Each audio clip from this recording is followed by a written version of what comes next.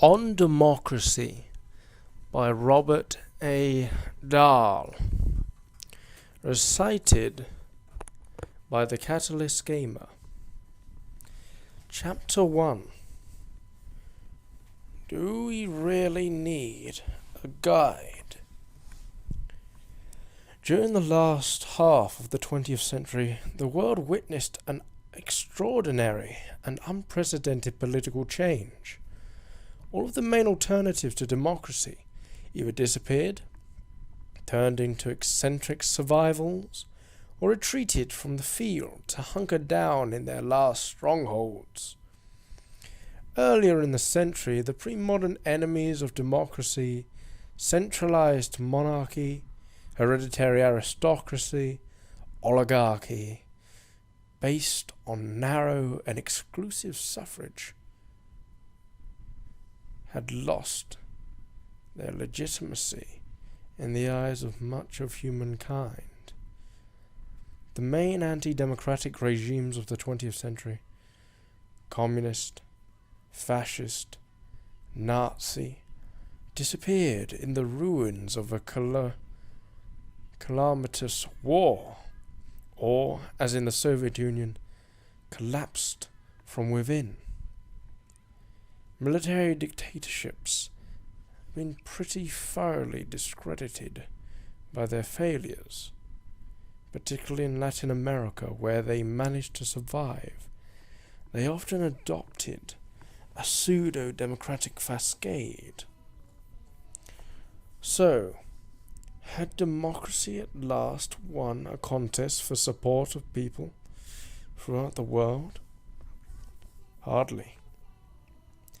Anti-democratic beliefs and movements continued, frequently associated with fanatical nationalism or religious fundamentalism. Democratic governments, with varying degrees of democracy, existed in fewer than half the countries of the world, which contained less than half the world's population. 1/5 of the world's people lived in China, which in its illustrious 4,000 years of history had never experienced democratic government.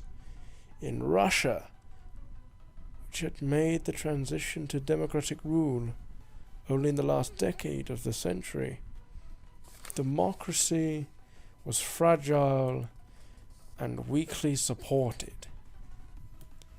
Even in countries where democracy had long been established and seemed secure, some observers held that democracy was in crisis, or at least severely strained by a decline in the confidence of citizens that their elected leaders, the political parties, and government officials could or would cope fairly or successfully with the issues like persistent unemployment, poverty, crime, welfare programs, immigration, taxation, and corruption. Suppose we divide the nearly 200 countries of the world into those with non-democratic governments and those with new democratic governments, and those with long, relatively well-established democratic governments. Admittedly, each group contains an enormously diverse set of countries, yet our threefold simplification helps us to see that viewed from a democratic perspective, each group faces a different challenge. For the non-democratic countries, the challenge is whether and how they can make the transition to democracy. For the newly democratized countries, the challenge is whether and how the new democratic practices and institutions can be strengthened or, as some political scientists would say, consolidated, so that they will withstand the tests of time, political conflict, and crisis. For the older democracies, the challenge is to perfect and deepen their democracy. At this point, however, you might well ask, just what do we mean by democracy? What distinguishes a democratic government from a non-democratic government? If a non-democratic country makes a transition to democracy, what is the transition to? When can we tell whether it has made the transition? As to consolidating democracy, what exactly is consolidated? And what can it mean to speak of deepening democracy in a democratic country? If a country is already a democracy, how can it become more democratic? And so on. Democracy has been discussed off and on for about 2,500 years. Enough time to provide a tidy set of ideas about democracy on which everyone, or nearly everyone, could agree. For better or worse, that is not the case.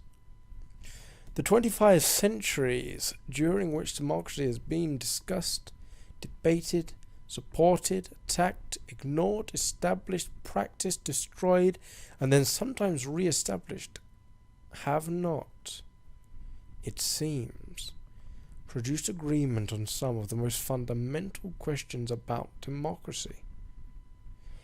Ironically, the very fact that democracy has such a lengthy history has actually contributed to confusion and disagreement, for democracy has meant different things to different people at different times and places. Indeed, during long periods in human history, democracy disappeared in practice, remaining barely alive as an idea or a memory among a precious few. Until only 2 centuries ago, let's say 10 generations, history is very short on actual examples of democracy. Democracy was more subject for philosophers to theorize about than an actual political system for people to adopt and practice. And even in the rare cases where a democracy or a republic actually existed, most adults were not entitled to participate in political life. Although in its most general sense democracy is ancient, the form of democracy I shall be mainly discussing in this book is a product of the 20th century. Today we have come to assume that democracy must guarantee virtually every adult citizen the right to vote. Yet until about 4 generations ago, around 1918, or the end of the First World War, in every independent democracy or republic that ever existed up to then, a good half of all adults had always been excluded from the full rights of citizenship. These were, of course, women.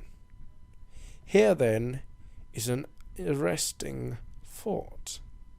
If we accept universal adult suffrage as a requirement of democracy, there would be some persons in practically every democratic country who would be older than their democratic system of government. Democracy, in our modern sense, may not be exactly youthful, but it is hardly ancient. You might object at once. Wasn't the United States a democracy from the American Revolution onwards? A democracy of a republic, as Abraham Lincoln called it. Didn't the illustrious French writer Alexis de Tocqueville, after visiting the United States in 1830, call his famous work Democracy in America? And didn't the Athenians call their system a democracy back in the 5th century BCE? What was the Roman Republic, if not some kind of democracy?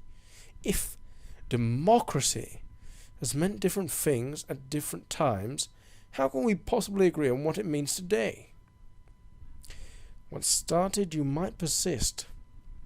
Why is democracy desirable anyway? And just how democratic is democracy? In countries we call democracy today, the United States, Britain, France, Norway, Australia, and many others. Further, is it possible to explain why these countries are democratic, and many others are not? The questions could go on and on. The answer to the question in the title of this chapter, then, is pretty clear. If you are interested in searching for answers to some of the most basic questions about democracy, a guide can help you. Of course, during this short tour, you won't find answers to all the questions you might like to ask.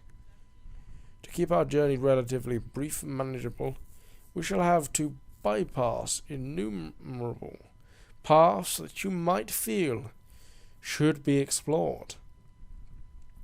This probably should be, and I hope that by the end of our tour you will undertake to explore them on your own. To help you do so, as the end of the book, I'll provide a brief list of relevant works for further reading on your part. Our journey begins at the beginning, the origins of democracy.